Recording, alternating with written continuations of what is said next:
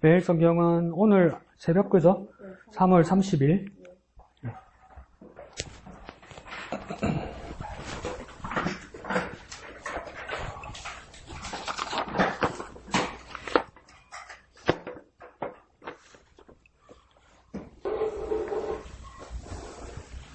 다 찾으셨죠? 3월 30일.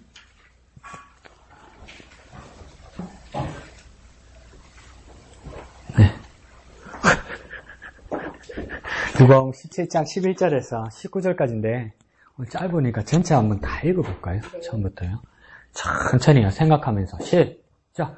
예수께서 예루살렘으로 가실 때에 사마리아와 갈릴리 사이로 지나가시다가 한 마을에 들어가시니 나병 환자 10명이 예수를 만나 멀리 서서 소리를 높여 이르되 예수 선생님이여, 맞죠? 우리를 불쌍히 여기소서 하거늘 보시고 이르시되 가서 제사장들에게 너희 몸을 보이라 하셨으니 그들이 가다가 깨끗함을 받은지라.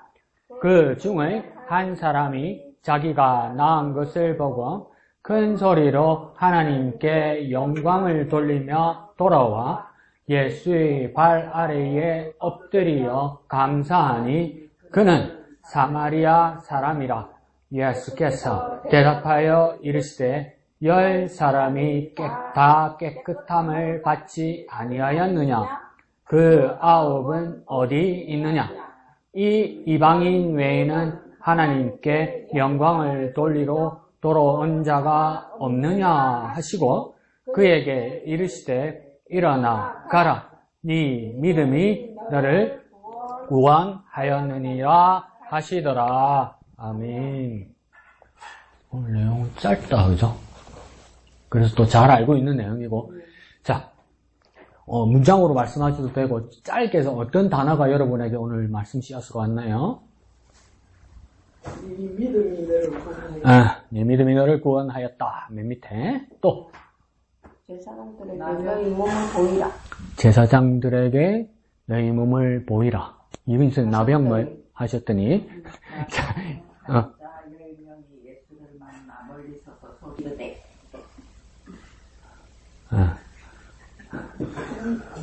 두 줄을 넘어가 삐네. 자, 보세요. 그러면 여기서 더 키를 잡으니까 소리 높이 이래 되겠네요. 그죠? 맞습니까? 아니래. 또 자기 주관이 있네. 10명이 예수를 만나? 가운데 10명이 예수를 만나 멀리 섰다. 좋습니다. 자, 좋습니다. 그러면 지정민 집사님 맨 밑에 네 믿음이 너를 구원하였느니라. 이 말씀이 왜 말씀의 씨앗으로 왔나요? 물어볼 줄 알고 있었잖아. 자, 네. 말씀하실 때 그 제자에게 모이라 할 때 당하지만 또 그 한 사람만 입에는 한 사람만 하나님께 임하는 거를 하나님 믿음이 너를 구원했다 하는 하나님이 아닌데? 하나님이 안 그랬는데? 예수님이 그랬는데? 그래서 나에게 무엇으로 오셨나요? 어떻게 오셨나요? 이 말씀. 내 삶에. 늘 보면. 자, 봅시다. 자, 보면, 이 말은 많은 부분에서 예수님께서 여러 사람들에게 해당될 때 이 말을 말씀 많이 하셨습니다. 네 믿음이 너를 구원하였다. 네 믿음이 너를 구원하였다. 이럴 때, 우리가 한편으로는 감사하고 은혜로우면서도 또 한편으로 우리가 스스로 큐티를 하면서 고민되는 게 뭐냐면, 내 구원은 내 믿음인가? 이렇게 싶은 거야. 내 구원은 내 믿음으로 구원받는 건가? 그러면, 예수님의 공로는, 목사의 그 믿음이 예수님을 믿는 거지. 그런데, 이건, 조금, 뭐랄까요? 조금 우리가 이때까지 배웠던 복음하고 구원하고는 조금 또 다르단 말이에요. 결이, 그죠? 내 믿음이 나를 구원하였다. 이러니까, 내가, 어떤 믿음을 가져야 구원받는 것처럼 내가 그 말도 맞지만 내 믿음이 어떤 공로나 어떤 자격증처럼 이야기를 한단 말이죠. 근데 우리는 자격증으로 예수 믿고 구원받은 게 아니죠. 무엇으로 받았습니까? 믿음으로 되는데 내가 믿음으로 받겠어요. 나를 지으신 이가 하나님, 나를 돌보신 이가 하나님, 다 하나님 자녀라. 은혜라 이러죠. 무엇으로 구원받는 거예요? 은혜로 구원받는 거죠. 은혜는 내가 만든 게 아니죠. 그죠? 온전히 하나님 주는 거. 은혜로 구원받은 줄 알았는데 자꾸 여러 사람들에게 말할 때 합니까? 특히 예수님께서 환자들 이렇게 말할 때 네 믿음이 너를 구원하였다 이렇게 말하거든요. 그럼 환자들에게 구원은 뭡니까? 그렇죠. 사실은 치료죠. 치료. 예수 믿고 천국 간다. 그거는 나중에 뒤에까지 깨달음이고 가장 급선무는 뭡니까? 치료죠. 치료. 이 구원은 회복, 치료를 이야기하는 겁니다. 근데 이 10사람 중에 한 사람 네 믿음이 너를 구원하였다. 이 말은 내게 어떻게 와야 되냐 말이야. 내 삶에. 진해시 속천 아파트 앞에 사는 나에게는 어떤 말씀으로 오고 나는 어떻게 살 수 있는가. 이게 항상 와야 돼요. 이제 큐티는요. 자, 그러면 오늘 시간 관계상 그냥 말씀드리면 뭐라고 그랬냐면 예수님께서 처음 갈 때 갈릴리와 사마리아 사이로 가셨다고 했잖아요. 근데 사마리아에서 갈릴리로 간 것 같아요. 그죠? 출발이 그죠? 네. 사마리아에서 갈릴리. 그러면 이스라엘이 예수님 나서는 세 동굴이 났습니다. 맨 북쪽에 갈릴리. 맨 남쪽은요? 그렇죠. 유다죠. 사마리아 사람 다 쳐봐라. 유다죠. 그죠? 가운데는 뭡니까? 사마리아죠. 그러니까 갈릴리, 사마리아, 유다 이렇게 있단 말이에요. 그럼 예루살렘은 어느 지역에 있습니까? 그렇지. 맨 밑에 유다에 있단 말이에요. 그럼 갈릴리에 사는 예수님은 뭡니까? 예루살렘으로 쭉 내려와야 되는데 대부분 유대인들은 뭡니까? 쭉 안 내려가죠. 왜 쭉 안 내려갑니까? 사마리아를 거치면 안 되니까. 사마리아는 어디기 때문에? 이방이기 때문에. 근데 그 사이에 있는 한 사람을, 10사람을 만난 거예요. 뭡니까? 나병 환자 10사람. 모여 다닌 거죠.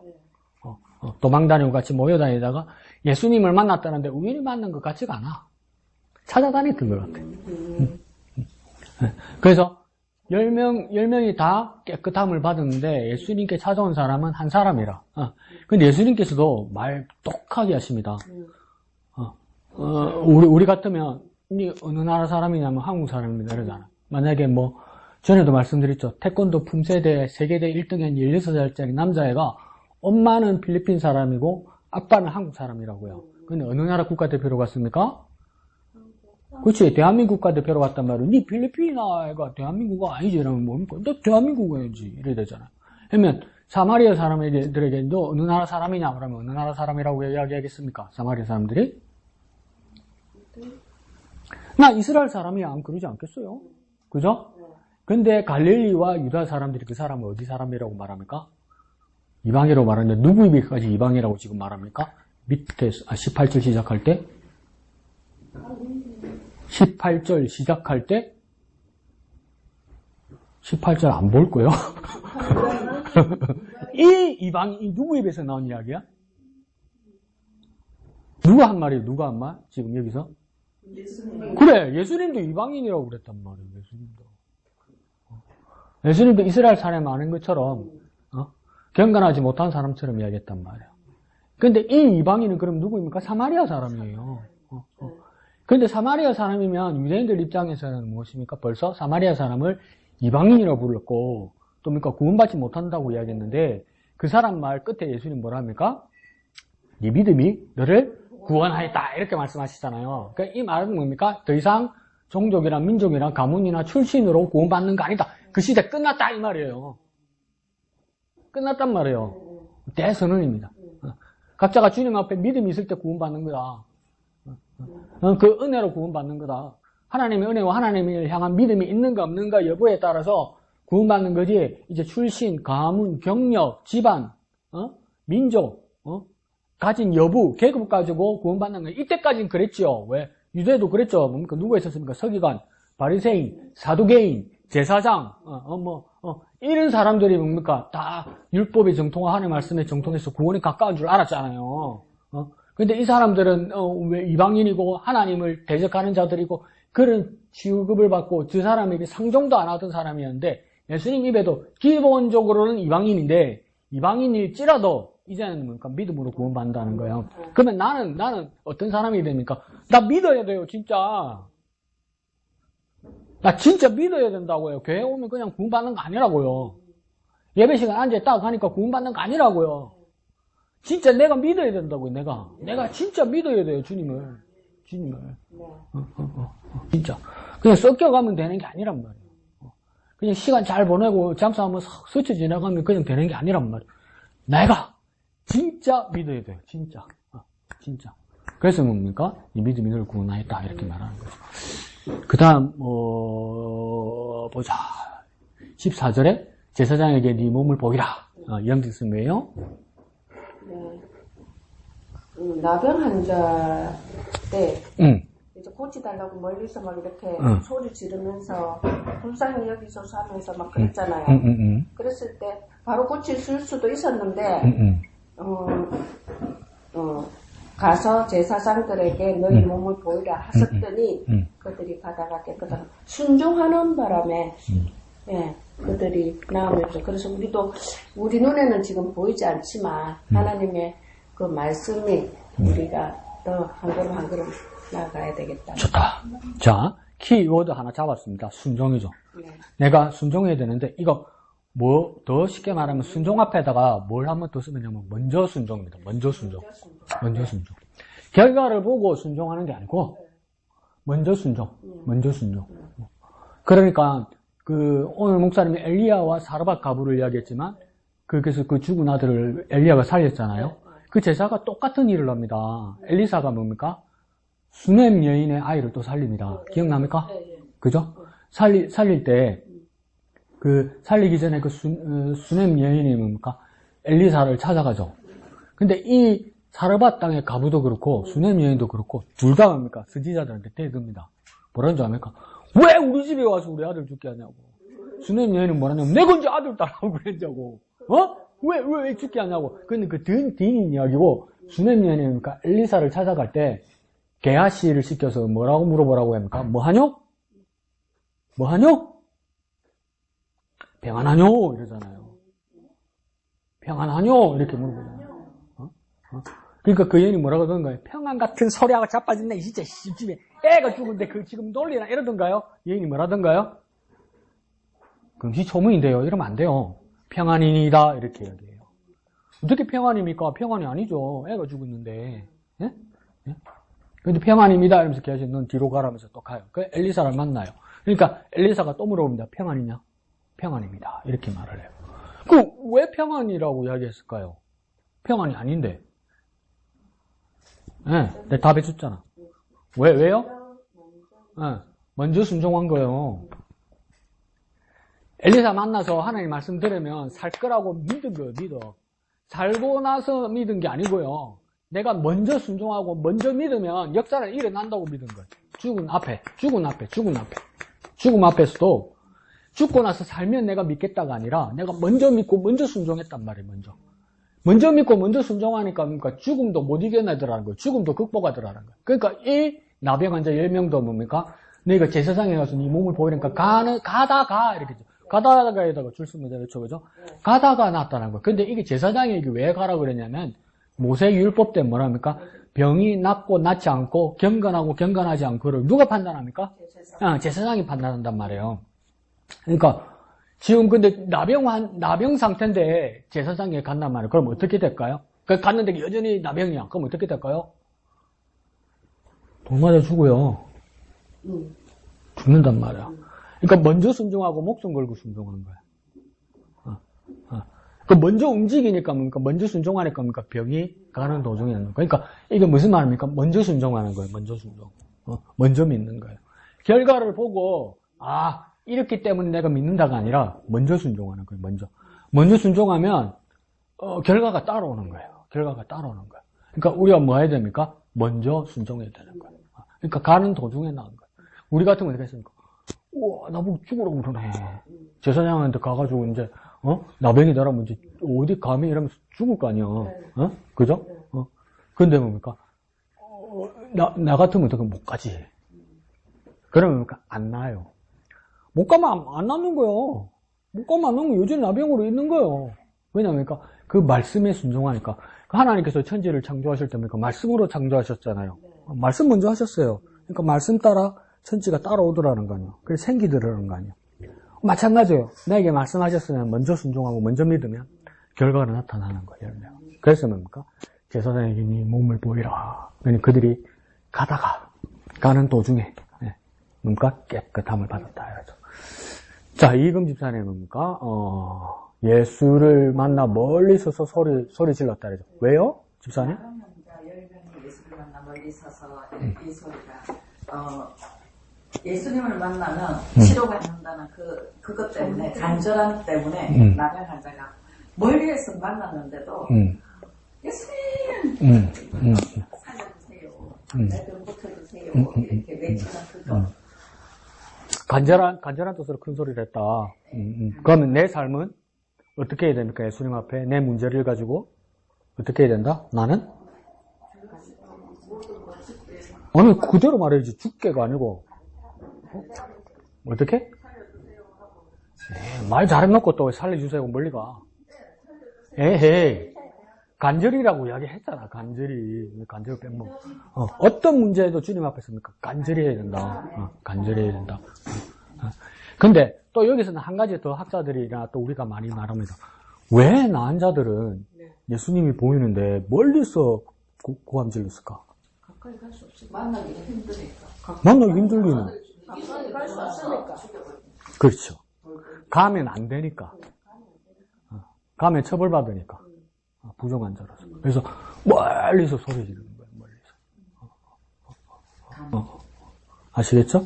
그래서 예수님께 소리 불렀다 이렇게 말하는 거죠. 오늘 아침에 목사님께서 설교하실 때 이제 덴마크의 그 키아르케고르라는 그 학자 이야기를 했다 그죠? 덴마크 사람입니다. 키아르케고르는. 그래서 여러분 그걸 기억하면 됩니다. 그 책 제목은 죽음에 이르는 병입니다. 책 제목은 죽음에 이르는 병. 그게 뭐라고요? 절망이라고, 절망. 그러니까 우리는 왜 죽느냐? 암으로 죽는다, 뇌출혈로 죽는다, 이렇게 생각하는데 그건 뭡니까? 몸이 그렇게 죽겠죠? 병으로 죽겠죠? 근데 가장 죽음에 대해서 무서운 병은 뭐냐면 절망이라고 이야기하는 겁니다. 절망. 그럼 절망 대신 우리는 뭘 가지라는 겁니까? 희망. 또 성경에서 희망과 같은 말로 그렇죠. 소망을 가져야 되는 거죠. 소망을 그러니까 그냥 나는 살 수 있다 이런 소망 말고 그러니까 우리 소망을 주님께 둬야 되는 거예요. 주님께 둬야 되는 거예요. 소망을 주님께 둬야 되는 거죠. 나는 긍정적으로 소망을 가지면 산다 이 말이 아니고 그거는 이제 세상에서 말하는 긍정적인 사고고 우리는 그러니까 소망을 주님께 하는. 근데 키에르케고르는 당시에 덴마크는 그러니까 루터교가 국교였어요. 국교. 그래서 그 목사 고시 시험도 뭡니까? 나라에서 관장합니다. 그래서 키에르케고르가 목사 시험에 합격을 했어요. 하고 나서 아버지가 아들에 대한 기대도 많았고 집도 살만했어요. 근데 나중에 아버지의 비밀을 알고 엄청 충격을 받습니다. 키에르케고르가. 그래서 목사 자격 시험에 합격을 했는데 목회를 못합니다. 그 왜 못하느냐면 아빠는 우리 아빠가 맞아. 키에르케고르가. 근데 엄마가 누군지 모르겠어. 근데 그 호적에 있는 엄마가 우리 엄마래. 근데 나중에 알고 보니까 어떻게 됐습니까? 엄마가 요정을 강간해서 난 아들이 키에르케고르라는 걸 나중에 알게 된 거예요. 그러니까 키에르케고르는 그 충격이 정서적 충격이라고 말을 하지만 정서적 충격 같기도 하지만 밖으로 말할 때는 뭐랬냐면 내 아버지가 성경 말씀대로 가늠하지 말라는 것을 이때까지 숨기고 또 나를 쏘겠다는 것에 대한 아버지 죄에 대한 책임감과 그 죄책감을 견디지 못했던 거죠. 그래서 죽음에 이르는 병을 절망이라도 이야기하면서 그 절망을 극복해야 되는 것처럼 말을 했지만 키에르케고르는 그 절망을 극복하지 못합니다. 그래서 참 우리 자녀들을 긍정적으로 키우고 이렇게 사랑을 많이 듬뿍 줘야 되는 게 뭐냐면 그래서 약혼한 여자하고도 파혼하게 됩니다. 여자가 그걸 알아서 남자하고 파혼하려는 게 아니고 그거 있잖아요. 괜히 지가 잘못했는데 지가 화가 나는 거. 지가 짜증내고 성격이 삐뚤어지는 거. 키에르케고르가 그 상처가 너무 깊어져 버린 거죠. 그래서 파혼당하게 되고 키에르케고르가 나중에 뭐가 적냐면 길에서 가다가 쓰러져서 그 뇌출혈로 고생하다가 죽습니다. 그러니까 엄청 불행했죠. 엄청. 그러면 이 사람이 뭘 잘못해서 불행한 것이 아니라 그러면서도 여전히 게르케고르의 말은 맞죠. 사람을 죽게 하는 것이 무엇이냐? 절망이다. 절망이다. 근데 자살은 아니죠. 근데 게르케고르가 뭡니까? 그렇게 하면 위험하다는 것을 몸소 다 경험한 거예요. 몸소. 아버지의 어떤 거기에 대해서 못 벗어나기가 얼마나 어렵겠습니까? 그러니까 우리에게도 불가항력적으로 우리에게 일어나는 사고들이 있습니다. 그러니까 그런 일에 대해서 누구를 그렇게 비난할 일은 아닙니다. 우리는 감사할 일은 있죠. 그렇지만은 누가 진짜 불행한 일이 닥쳤을 때 그를 돕고 그를 위해서 기도해야지. 너 그것 때문에 그렇게 됐다. 그렇게 말할 수는 없는 거죠. 그러니까 이 산불이 끔찍하잖아요. 30명 죽었다면서요. 그러니까 우리도 돈이 좀 있어가 까분다고 전원주택을 사가지고 지리산 밑에 집 지어서 뭐 다 죽었겠지. 우리 계속 사모님 우리 전원교회 집시다 그러면 뭡니까? 우리 게 홀랑 타가지고 내 맥살 잡혔겠지. 네가 산 밑으로 가자면서 씨 이래가지고 근데 교회가 그렇게 만약에 전소돼서 화재가 되면 전국적으로 도와줘요. 네. 그건 그래도 이제 또 엄청 충격 아니겠습니까? 얼마나 그죠? 그러니까 그게 우리에게 그런 일이 없어서 다행이기도 하지만 그 불행한 사람에 대한 어떤 긍휼히 여기는 마음이 있어야 되는 거죠. 정말 기도하는 마음이 있어야 되고. 근데 만약에요, 그 어르신들이 이제 불 난다고 이제 아무것도 못 갖고 나왔잖아요. 그럴 경우에 그 집에 만약에 통장이 있어. 통장이 있었었어. 그러면은 그럴 경우에 농협에서 살려주나요? 그 통장. 살려주고 안 살려주고 상관없죠. 그 다 그 서버에 다 기록되어 있으니까. 은행 구자에 다 기록되어 있으니까. 통장. 그러니까 제가 생각에 텔레비에서는 그 어르신들이 뭐 약도 다 타고 뭐 자기 삶이 다 끊어진 것처럼 생각하지만 그래도 생각할 때 근데 은행 가면은 은행 돈은 살릴 그런데 자기한테 혹한한 돈 있잖아요. 그거는 못 찾지. 현금 같은 거는 못 찾죠. 현금도 못 찾고 이게 근저 문제뿐만 아니라 이런 분들은 도시에 사는 분들이 아니니까 집 같은 경우에는 집에 대한 보험 드는 사람 거의 없죠. 그렇지. 그럼 집 새로 sil 돈이 없어요. 그 정부에서 지원해줘봤자 몇 프로 안 해줘요. 100% 안 해줘요. 그러면 살 수가 없어. 그렇게 어르신들은 살 수가 없어요. 그러니까 현금만의 문제가 아니라 현금 값어치 되는 것들이 타버리면 그게 증거가 없는 것들은 아무것도 보상 못 받는 거예요. 그러고 대부분 젊은 사람 아니면 자기 집에 대한 보험이 누가 들어있습니까? 아파트 사는 사람들은 네. 근데 다 산 밑에 집들이니까 아무것도 없죠. 안 돼요. 여자분 재건주택에 불났을 때 있잖아요. 그게 할머니 계셨잖아요. 근데 이제 그분은 국가에서 이제 집 없는 사람 그거로 해갖고 이제 보조. 그거는 국가 보증인데 지금 산 밑에 집들 있잖아요. 그 사람들 자기 땅 아닌 사람들도 있어요. 제대로 불화도 못 받은 사람들이 있어요. 근데 그냥 사니까 근데 철거 못 하고 놔둔 집들이 있단 말이에요. 그럼 이제 길바닥에 낳는 거예요. 그 사람들은 아무런 보장 안 돼요. 그러니까 막막한 거죠. 그런 분들. 그러니까 그런 경우가 그러니까 시골 같은 경우에는 정부에서 보상해주러 이렇게 환산을 해도 50%도 안 됩니다. 네, 현금으로 하면. 그리고 공시지가하고 뭐 실거래가하고 이 차이 많이 나잖아요. 정부가 뭐 실거래가 줍니까? 안 줘요. 정부가 그걸 왜 줘요? 안 줘요. 그러니까 진짜 막막한 상황이죠. 그리고 농사 같은 것도 별 보상이 안 돼서. 항상 이제 지리산 밑에니까 이제 뭐 벼농사는 별로 없을 거고 산에 농사가 많으면 내 생각에는 그거 엄청 농사 많이 지었을 거예요. 산양삼. 끝장났어요. 약초 정도가 아니라 산양삼은 산삼이잖아요. 키우는 산삼. 싹 다 타버렸잖아. 그것도 몰래 또 막 거의 안 보이게 이렇게 심어놔야 되잖아요. 산양삼은. 없어. 그러니까 그 젊은 사람도 막막한 거예요. 그러니까 얼마나 이게 근데 그런 부분에 대해서 진짜 내가 사람들을 불쌍히 여기고 긍휼히 여기고 기도할 수 있는 우리 마음이 되어야 되는 거죠. 그러니까 예수님께도 그렇게 기도하잖아요. 13절에 그러니까 선생님이 우리를 불쌍히 여기소서 이러잖아요. 그래서 전에도 말씀드렸죠. 그죠? 불쌍하다는 뜻은 뭡니까? 불쌍히 여긴다는 뜻과 함께 자비를 베푸소서 이 뜻입니다. 불쌍히 여기소서 같은 뜻은 자비를 베푸소서 이 말입니다. 그러니까 주님 내게 자비를 베푸소서. 그러니까 주님은 우리 연약한 우리의 모습을 볼 때 불쌍히 여기시고 또 자비를 베푸신다 이겁니다. 그러니까 우리가 기도할 때도 정말 우리에게 자비를 베푸시고 능력을 베푸시는 주님께 기도하는 거죠. 동정을 구해서 위로받는 것도 뭐 한두 번이지. 그 다음은 어떻게 뭐 그렇죠. 참 쓸쓸하잖아요. 사람에게 그 위로받는다는 게 처음엔 고맙기도 하지만 그걸 내 그 필요 부분을 완전히 채울 수가 없잖아요. 그죠? 그래서 이거는 아주 말도 안 되는 엉뚱한 얘기인데 제가 한번 궁금해서요. 제가 제 대상자 75세 남자 어르신이 주말에 갑자기 밖에 나갔다가 이제 뇌경색이 온 거예요. 집을 못 찾고 이제 원룸 비밀번호를 모르겠대요.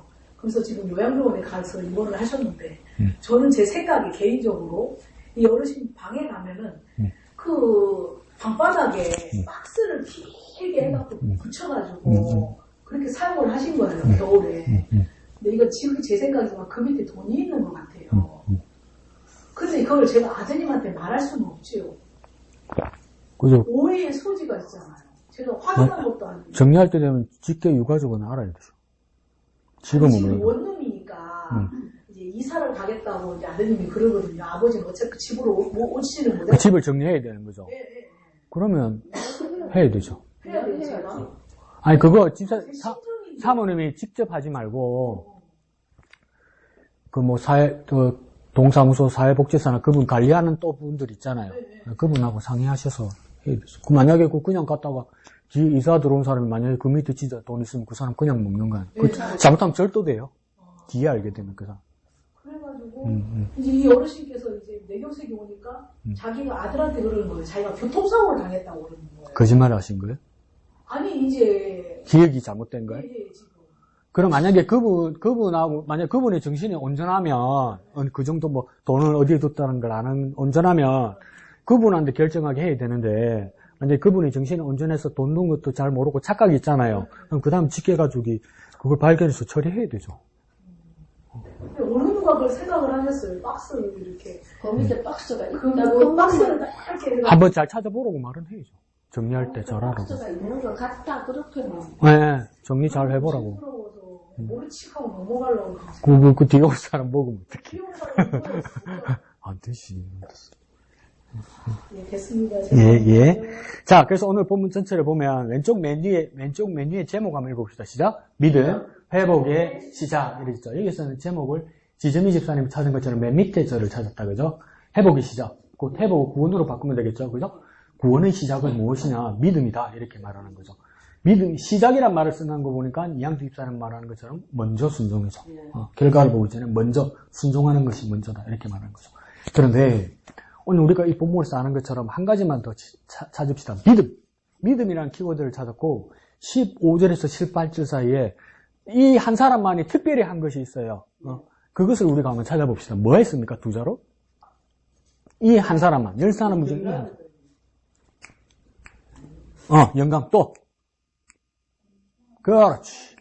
그러니까 미역이 뭐라 하지를 모르겠다. 밥 잘 먹고, 저만 죽어라, 간만 죽어, 짝그러다, 눈 뽀직 또, 감사, 또 마찬하니까. 뭐라 하지를 모르겠다. 그러니까 감사. 감사한 사람이 딱 한 사람이라고. 10사람 중에. 그러니까 우리도 주님 앞에 은혜 받은 우리가 그러니까 감사할 수 있어야 돼요, 감사. 이 감사가 인색하죠, 우리는. 그러니까 우리는 당연한 것처럼 갈수록 받아들인단 말이죠. 그리고 감사하면 우리에게 좋은 일이 있다고 그러면, 감사는 잘 하는데, 땡큐는 잘 하는데 뭡니까? 우리 습관들이 감사해야 하는데 그 감사의 대상이 많이 생략이 돼요. 무슨 말이냐면 그냥 감사한다는 긍정적인 말은 있는데 그리스도인임에도 불구하고 구체적으로 주님께 감사하지 않아요. 그죠? 그렇게 이상하게 이제 이상한 습관이 든 것이죠. 구체적으로 무엇입니까? 주님께 감사하는 겁니다. 주님께. 그러니까 앞에 지점이 집사님 말한 것처럼 이 사람이 주님께 감사한다는 근거는 뭡니까? 하나님께 영광을 돌렸으니까. 주님께 감사하는 겁니다. 그러니까 감사하지 않았기 때문에 예수님께서 무엇입니까? 상당히 불편해 하시잖아요. 불쾌해 하시잖아요. 그러니까 우리가 주님께 감사하지 않는 것은 정말 주님이 불쾌한 일입니다.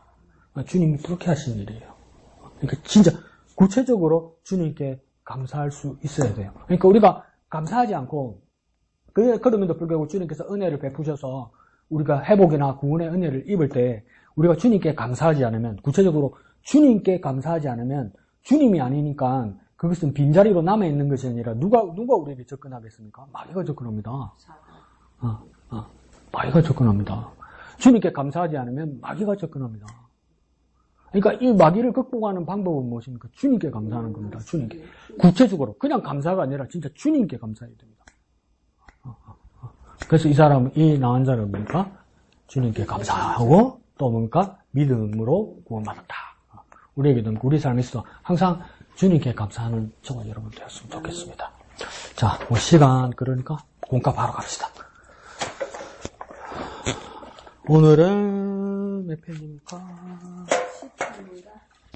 13과 72페이지.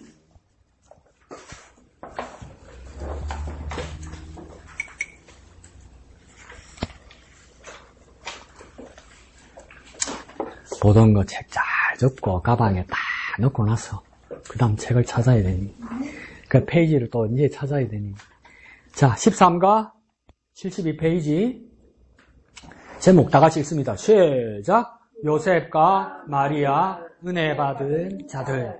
요셉과 마리아는 어떤 집안입니까? 부부지간이죠, 그죠? 누구의 부모입니까? 예수님의 부모입니다. 자, 이 두 부부가 은혜를 받았다고 이야기해요. 그러면 우리는 그렇게 생각하죠. 은혜는 무슨 은혜? 고생 직사겠지. 주님 만나가지고. 그렇게 생각할 수 있는데, 고생이 왜 은혜가 되었을까? 한번 봅시다.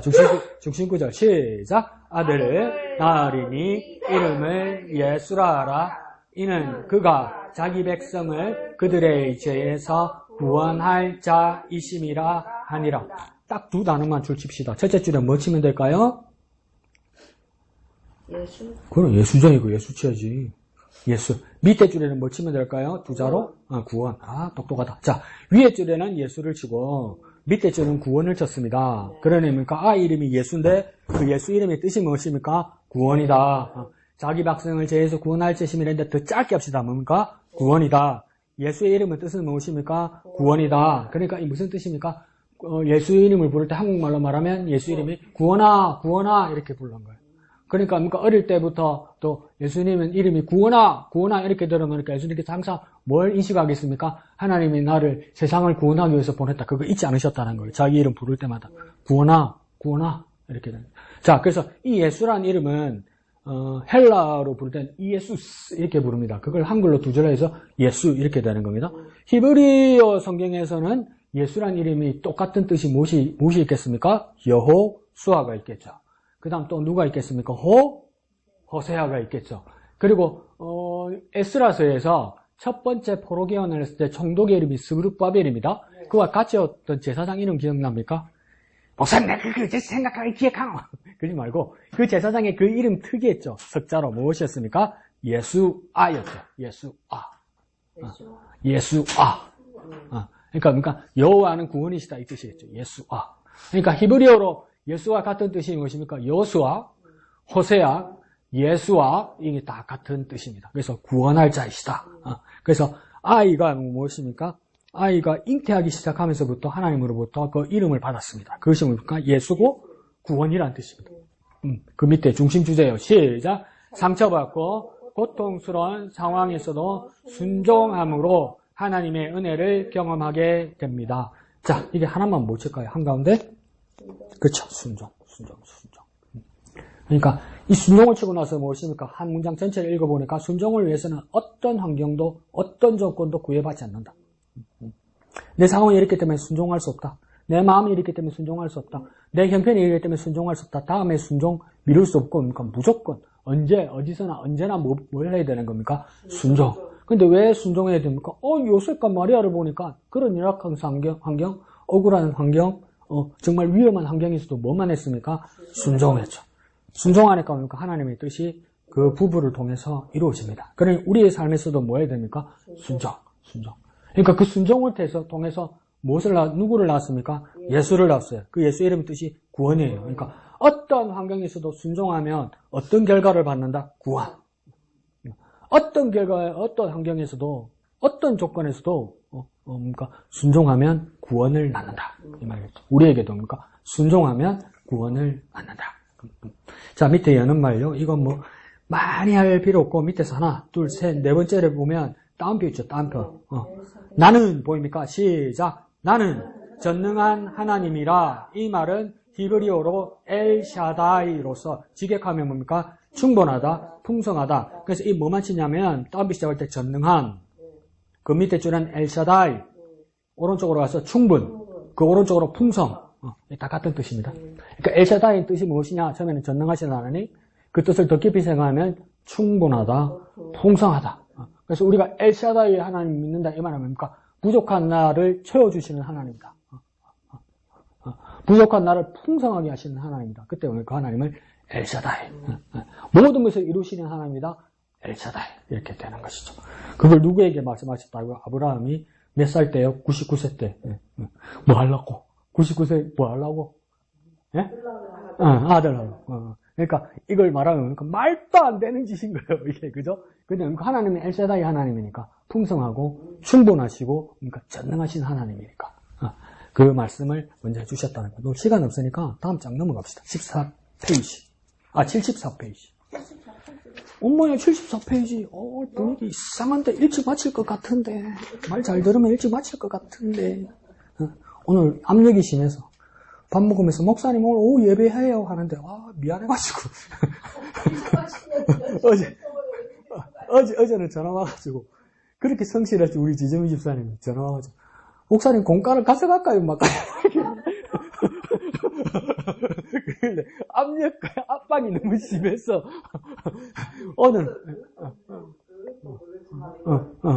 안 올랐다라고 내가 그번에 며칠 쉰다고? 아니 매일 승경을 다 올라왔어요. 다 했어요. 다 했어요. 다 했어요. 안 봤다고 내가 보고 안 했다고 그러지 마세요. 나 다 했어요. 다 보냈어요. 다 보냈어요. 다 보냈어요. 다 보냈어요. 본 사람 있잖아요. 집사님은 뺏겠어요, 내가? 자, 73페이지 맨 위에. 자, 자기를 바라보면 낙심하거나 좌절하지만 주님을 바라보면 다시 일어납니다. 심표 좌우로 대꾸가 있다, 그죠? 바라보면, 이랬죠. 그래서 그러니까 자기를 바라보면, 스스로 그러니까 바라본다는 것은 자기에게 소망과 기대를 가지면 뭡니까? 좌절한다. 실패합니다. 실패. 그런데 뭡니까? 바라보면 누구를 바라보면요? 내가 주님을 바라보면 뭡니까? 다시 일어납니다. 다시 일어납니다. 다시 일어난다. 구원받는다. 부활한다. 살아난다. 이런 뜻이겠죠. 그걸 왜 이렇게 이야기하냐? 첫 번째 줄에 예수님이 이 땅에 무엇으로 오셨다고요? 구원자로 오셨다. 자, 봅시다. 그 다음 문장에 구원이라는 있죠? 구원 줄치고, 그 다음 편에 건져지는 것 줄치고요. 밑에 줄에 보면 뭡니까? 역전 보입니까? 네, 세 번째 줄에 역전, 그 옆에요? 회복. 그럼 뭐 쳤습니까? 구원, 건져지는 거, 역전, 회복, 이거 다 무엇입니까? 같은 뜻입니다. 그러면 구원 밑에다가 한 3개만 더 적읍시다. 구원 밑에다가 뭘 썼냐면 구조, 뭐라고요? 구조, 하나 더 씁시다. 뭡니까? 구출, 뭐라고요? 구출. 그 다음 이제 세 번째는 뭐냐? 옮긴다, 옮김. 여기서 저기로 옮긴다 할 때, 옮김. 뭐 썼습니까? 구조, 구출, 옮김. 이게 다 뭡니까? 구원이라는 뜻입니다. 이해하시죠? 그래서 무엇입니까? 주님을 바라보면 뭡니까? 우리를 구원해 주시는데, 다시 일어나는 구원을 해 주시는데 뭡니까? 그 구원은 구조하는 것이고, 구출하는 것이고, 옮겨지는 것이고, 건져진다는 거. 와, 이거 절묘하다, 그죠? 빠져있는데 건져준다는 겁니다. 누가 이걸 구원받았다, 구조받았다 말 못하겠습니까? 완전히 구조받은 거죠. 지옥 불구덩이에서 건져줘서 하늘나라로 옮겨주셨다, 이 말 안 했겠습니까? 그리고 뭡니까? 역전이죠, 역전. 바뀌었다는 것이겠죠? 지옥에서 천국으로. 그게 구원이라는 겁니다. 회복. 이것도 뭡니까? 죽을 내가 뭡니까? 살게 되었다. 죽어가는 내가 뭡니까? 팔팔 살게 되었다. 생명 얻었다. 영성 얻었다. 이거 뭡니까? 구원이라는 것이죠. 그래서 그 회복 밑으로 하나, 둘, 셋. 세 번째 줄입니까? 네 번째 줄입니까? 그러므로 보입니까?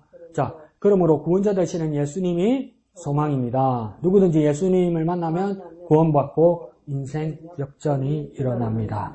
자, 밑에 줄에 본문에 요셉과 마리아도 어떤 사람입니까? 상처 입은 사람입니다. 그 밑에 줄에요. 마리아가 결혼 전에 임신한 겁니다. 무슨 임신한 게 상처입니까? 죽일 일이지. 이거 난리지. 그 밑에 줄에 이건 뭐라고 됐습니까? 일종의 스캔들입니다. 그죠? 스캔들이라는 것이 우리 사회적으로 말해도 뭡니까? 제일 많은 스캔들이 뭡니까? 섹스 스캔들, 성 스캔들이죠. 그 다음 또 스캔들이 뭐 있습니까? 기업가들이 많이 하는 스캔들이 머니 스캔들, 돈 스캔들이죠. 근데 이 스캔들이란 말은 원래 헬라어에서 나온 말입니다. 그러니까 스칸달리온 이렇게 이야기합니다. 이게 무슨 뜻이냐면 문제거리 말입니다. 갈등, 문제거리입니다. 정상적이지 못했다는 것이죠. 마리아도 그러니까 정상적이지 못하게 임신한 것이죠. 자, 그 밑에 줄에 상처가 많은 사람의 특징은 뭐입니까? 상처가 많은 사람의 특징은 분노하고 파괴적입니다. 무슨 말입니까? 짜증내고 히스테리 부리고 신경질적이다. 이거 뭡니까? 상처가 많은 사람이 그런다. 이거 이해되죠? 상처가 많으니까 자기가 잘못해놓고 나만 남 탓하게 되죠. 제가 많이 그렇죠. 우리 엄마 고생 많이 했습니다. 아들 놈이 몸이 약해하니까 짜증부터 나는 거죠. 지가 잘못한 거 생각 안 하고 오만 거 다 받아준 거예요. 그러니까 어느 여자가 받아주겠습니까? 자, 그 밑에 요셉과 마리아는 뭡니까? 달랐습니다. 요셉과 마리아는 뭡니까? 분노하지도 않고 파괴적이지도 않았다는 거예요. 그 상처를 받았지만 반응을 잘합니다는 거죠. 그 요셉과 마리아에게는 상처는 무엇이겠습니까? 요셉의 아이가 아닌데 마리아가 무엇입니까? 혼자 임신하게 된 것. 이게 무엇입니까? 상처겠죠. 근데 그 오른쪽에 다운표 보입니까? 그의 남편 요셉은 의로운 사람이라 해서. 자, 마리아가 이것을 극복하게 된 이유와 배경은 뭐냐면 누구 때문에 그걸 극복하게 되고 누구 때문에 죽지 않게 됩니까? 마리아는 누구 때문에 죽지 않게 된 겁니까? 누구 덕분에? 금방 읽어놓고 모세 샀고 하나님 샀고 요셉이라 그랬어요? 네, 요셉 때문에 살은 거죠. 요셉이 용서하고 요셉이 받아줬으니까 마리아가 살게 된 거죠. 근데 요셉은 어떤 성품의 사람이라고요? 의로운 사람이라. 그 밑에 줄에 요셉은 또 보입니까? 요셉은 상처받은 대로 반응하지 않고 하나님 앞에서 행동했습니다. 사람으로서 상처받은 것으로 사람으로서 반응하지 않고 자기가 뭡니까? 하나님 앞에서 내가 어떻게 해야 될지. 그러니까 내가 의롭게 사는 방법은 뭐냐면 그냥 착하게 사는 것이 아니라 내가 하나님 앞에서 어떻게 행동해야 될까 생각하고 결단하고 행동할 때 내가 의로운 사람이 될 수 있는 겁니다. 그러니까 내가 의로운 사람이 된다는 것은 내 것으로 의로운 사람이 되는 것이 아니라 하나님의 것으로. 하나님의 것으로. 근데 요셉이니까 하나님 것으로 의로운 사람이 됐다는 겁니다. 오른쪽에요. 요셉은 의로운 사람이라 했습니다. 그 다음 오른쪽에요. 의로운 사람이란 도덕적으로 완전한 사람을 말하는 것이 아니라 무엇입니까? 하나님을 믿는 사람을 말합니다. 요거 좀 고쳐봅시다. 완전하다 가입표 치고 그러니까 자기 스스로 도덕적으로 완전한 사람은 아닙니다. 의로운 사람은. 그렇지만 의롭다는 뜻은 완전하다는 뜻이 맞습니다. 근데 사람으로서 완전하지 않고 무엇입니까? 완전하신 하나님을 믿음으로 완전해지는 겁니다. 이루어지는 겁니다. 그러니까 하나님을 믿는 사람이 있죠. 그게 그 앞에다가 뭘 쓰냐면 우리가 쓰는데 완전하신 이렇게 쓰는 겁니다. 그러니까 완전하신 하나님을 믿는 사람이 어떤 사람이 되는 겁니까? 의로운 사람이 되는 거예요. 완전하신 하나님을 믿을 때 의로운 사람이 되는 거예요. 요셉이 그래서 뭡니까? 자기는 부족하고 자기는 상처가 많지만 나 말고 완전하신 하나님을 믿음으로 요셉은 어떤 사람이 된 겁니까? 의로운 사람이 된 것이죠. 그래서 그 의로운 모습이 오른쪽 페이지 구체적으로 어떻게 했습니까? 마리아의 일을 드러내지 않았습니다. 드러내면 어떻게 될까요? 율법대로? 네, 돌로 쳐죽여서 사형시키겠죠. 공개 처형할 수 있단 말이에요. 돌로 던져서. 그런데 뭡니까? 마리아를 죽지 않게 하려고 뭡니까? 이것을 숨겼다는 거예요. 그래서 뭡니까? 오른쪽에 가만히 끊고자 하여 이런 겁니까? 마리아가 많은 것을 원치 않았습니다. 그러니까 자기 아이가 아니니까 또 자기 아이가 아니라서 마리아를 받아들이지 않는 것이 아니라 하나님 앞에서 요셉이 볼 때도 이것은 불순한 거니까 자기가. 그죠? 그래서 뭡니까? 하나님 앞에서 하나님의 법을 지키고 하나님 뜻을 지키는 것과 동시에 마리아를 지켜주려고 뭡니까? 가만히 끊고자 한 겁니다. 그래서 오른쪽에 뭡니까? 자기 여자를 부끄럽게 하지 않고 폭로하지 않았습니다. 그래서 그냥 개인적인 요셉의 성품을 한번 생각해봅시다. 요셉이 어떤 사람 같습니까? 마리아에게 요셉은 어떤 사람 같습니까? 그냥 성경 말고 그냥 여러분 가족 생활하고 남편 다 있잖아요. 있어봤잖아요. 그 요셉이 어떤 사람 같습니까? 마리아에게. 그리고 이해도 많고 이해는 안 갈 것 같은데.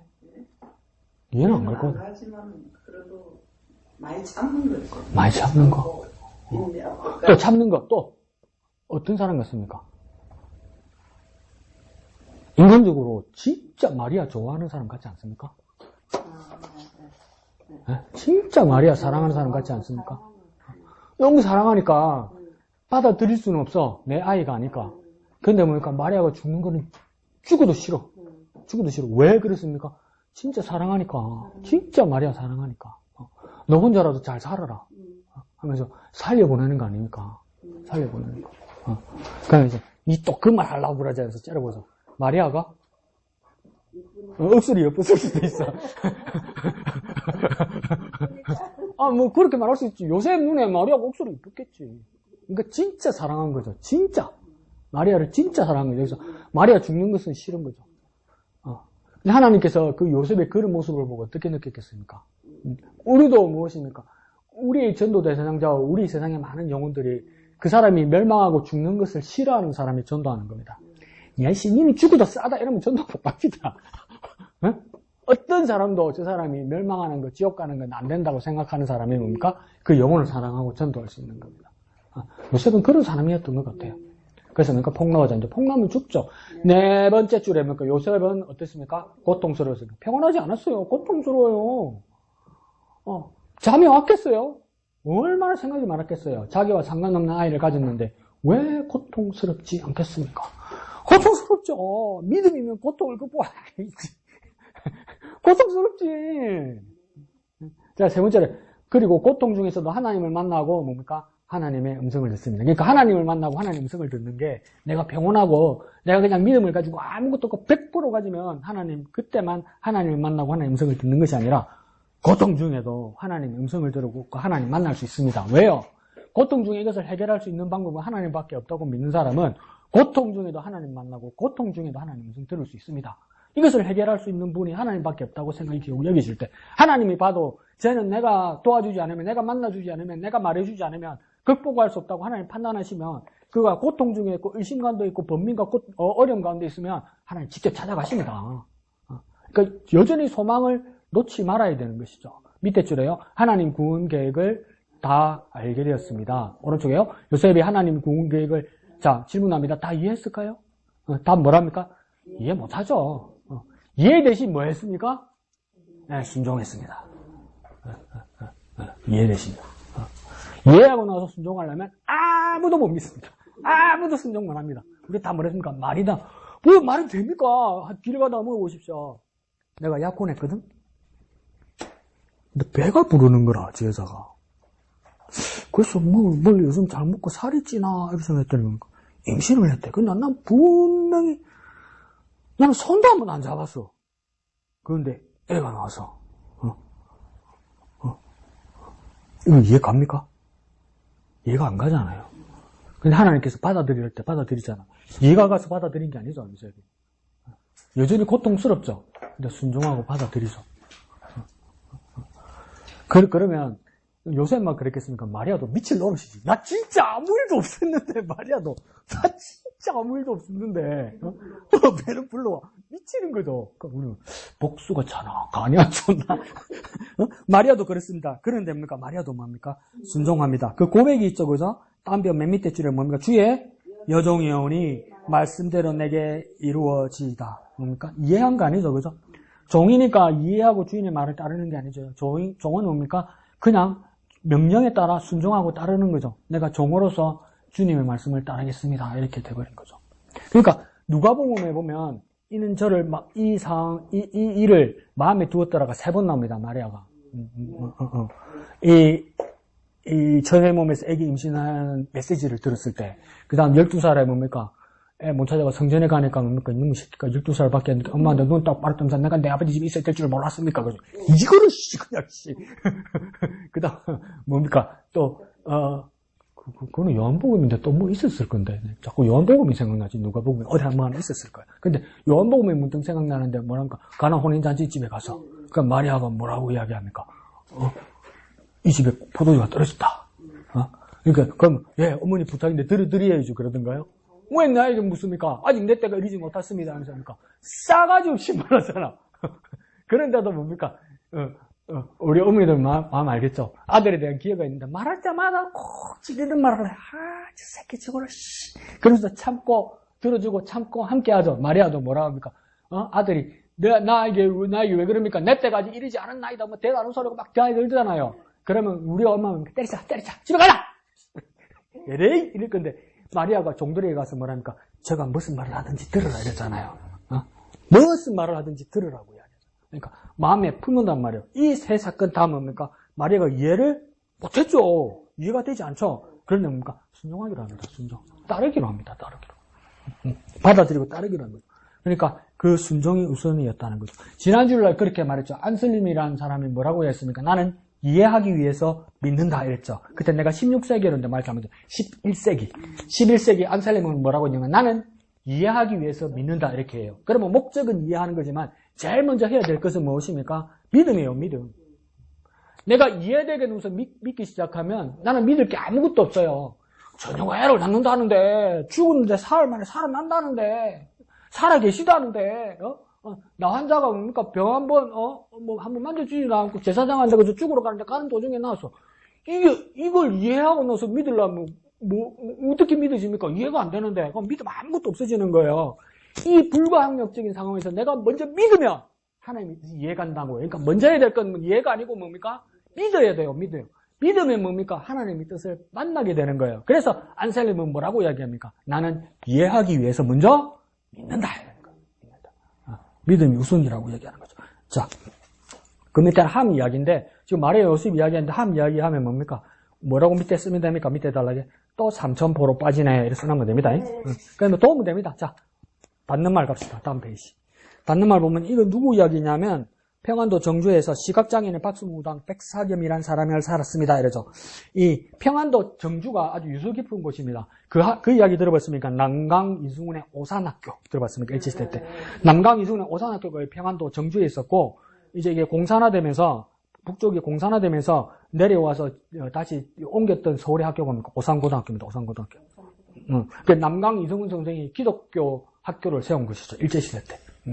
그래서 남강 이승훈 선생이 정말 대단한 분이죠. 그 일제시대 때 한 20-30년 전만도 생각해 보십시오. 교회에서 교회장 치를 때 연세 드신 목사님들 그 돌아가신 분 화장 못 하겠죠. 다 매장하라고 그랬잖아요. 왜 매장해야 된다고 했습니까? 부활해야 되니까. 근데 요즘 매장하는 집 거의 없죠. 목사님도 다 뭡니까? 화장하죠. 왜 화장합니까? 땅덩어리가 없잖아. 비싸다. 그래서 그러니까 이 돌아가신 분의 이 시신 이거 정말 이전에는 중요하게 여겼어요. 20-30년 전만 해도. 근데 상식적으로 생각해 봅시다. 만약에 매장을 했다고 칩시다. 매장을 해도 30-40년 지나면 없지. 그럼 그 자리에서 부활해서 일어나면 뭡니까? 에스겔의 골짜기처럼 뭐 뼈에 뭐 힘줄이 생기고 핏줄이 넣고 뭐 몸이나 그게 이야기가 아니란 말이야. 그러면 선교사님들 선교하러 막 가다 비행기 타고 가다 비행기 사고 나와가지고 비행기가 벙 터져가지고 돌아가서 숨겨졌어. 그분 시신은 어디서 찾아올 거야? 다 물고기 밥 됐을 건데 물고기 똥에서 부활할 거요? 아니잖아.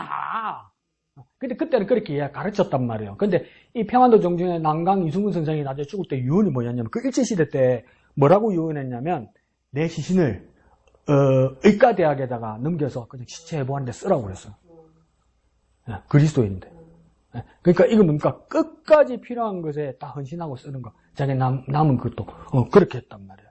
그러니까 엄청 유명한 학교가 남강 이승훈 선생이 그 정주에 있던 오산학교죠. 오산학교. 근데 그 오산에도 유서 깊은 건데 이번에는 누구 이야기입니까? 오른쪽 끝에 보니까 백사겸이라는 사람의 이야기입니다. 근데 이 백사겸의 직업이 뭐였습니까?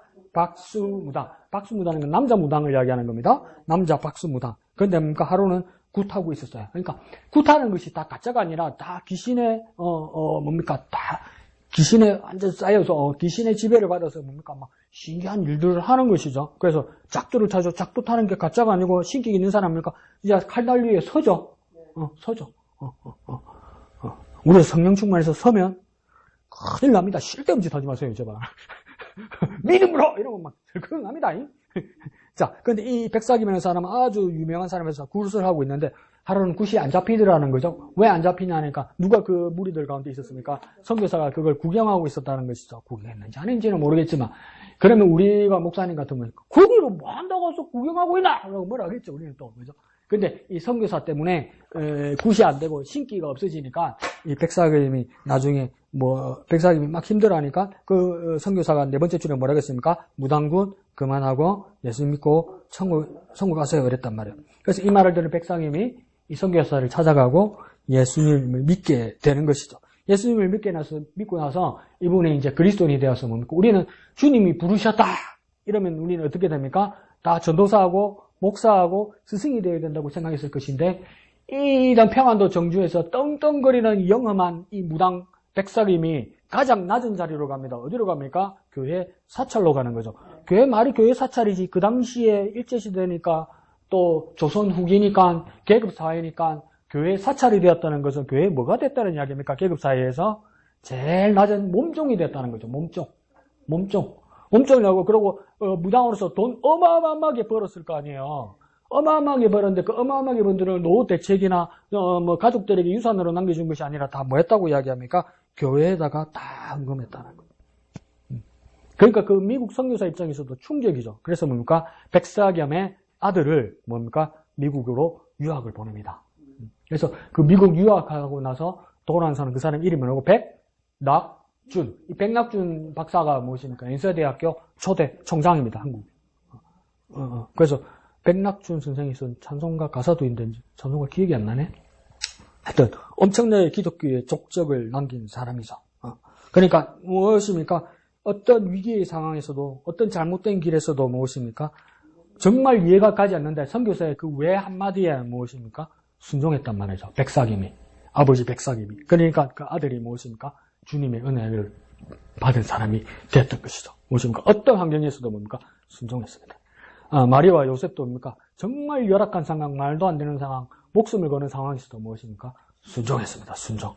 근데 왜 요셉은 의로운 사람이라고 해야 합니까? 착하게 살아서 의로운 사람이 아니라 부족하지만 뭡니까? 완전하신 하나님을 믿음으로, 완전하신 하나님을 의지함으로 뭡니까? 의로운 사람이 되었습니다. 우리는 무엇입니까? 완전하신 하나님을 의지하고 먼저 순종하고 절대 순종함으로 무엇입니까? 하나님의 은혜를 입고 하나님의 뜻을 이루는 저와 여러분 되시기를 거룩하신 예수님의 이름으로 축복합니다. 네. 자, 한마음의 기도 1번요. 시작. 주여 부족하고 연약한 나에게도 은혜를 베풀어 주소서. 2번은 미영이 아까 큰 소리로 자신을 바라보며 낙심하는 것에서 자신 주님을 바라보게 하소서. 아멘. 그래서 이 시간 기도할 때 은혜를 베풀어 주옵소서. 전능하신 주님을 바라보게 하여 주옵소서. 다 같이 기도하겠습니다. 거룩하신 아버지 하나님 은혜를 감사합니다. 어떤 열악하고 상처받고 위험하고 위기의 순간에서도 순종하는 우리가 되게 하여 주시옵소서.